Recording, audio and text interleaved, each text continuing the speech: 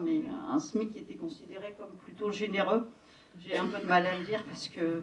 non, la France là n'est pas partie pour donner un coup de pouce au SMIC puisqu'elle ne suit que, et ça a été très clair, enfin, à moins que les élections changent les choses, mais elle ne fait que suivre l'augmentation de l'inflation et encore. Vous pouvez nous rappeler à combien il est le SMIC en France, de l'heure et... Alors là, de l'heure, il est à 1000, il vient d'être augmenté là, et donc j'ai peur de vous dire une bêtise, il vient d'être augmenté là au 1er janvier, et il a eu une augmentation un peu plus de 12%. Non, je ne pourrais pas vous dire exactement, mais il doit être à près de 1200 net maintenant, mensuel. Hein. Il y a une question là, pardon. 9,60 en Grande-Bretagne, 12,60 en Allemagne. Il y a un écart énorme avec nous. Ça fait des salaires à 2100, 2006. Et le salaire médian, j'ai calculé, il est combien? Mais le niveau de vie n'est pas le même, hein, donc il faut faire attention. Le salaire médian, il est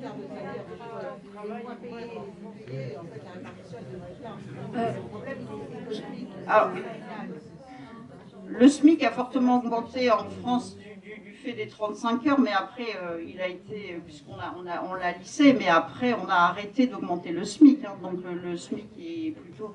Mais on n'est pas si mal placé que ça hein, par rapport...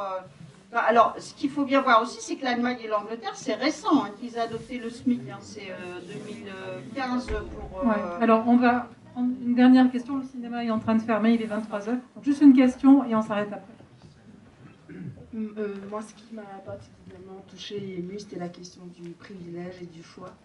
On était face justement à une personne de privilégiée financièrement, etc., qui pouvait prendre le temps de l'observation pour se mettre à la place d'eux. Sauf qu'on était aussi face à ces femmes qui, du coup, n'avaient pas le choix de s'arrêter. Et j'ai une pensée pour toutes les personnes qui sont en burn-out, en arrêt, qui peuvent, entre guillemets, prendre le temps de se réparer.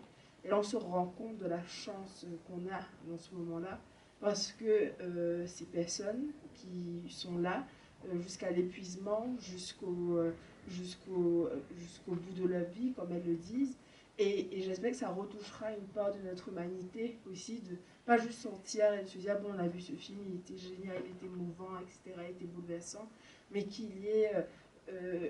des façons de se mobiliser aussi pour que ça ne reste pas juste un débat philosophique, mais que à la base, le travail, c'est pour pouvoir vivre. Et là, on a complètement changé la dynamique et on tend vers cette société, en fait, où on disparaît de la solidarité et de l'élan et de la beauté du monde pour être témoin de ça, de cette déchéance, et pour être témoin aussi de la paix, de l'humanité, de la beauté, du rapport au monde. Voilà, bref, c'était...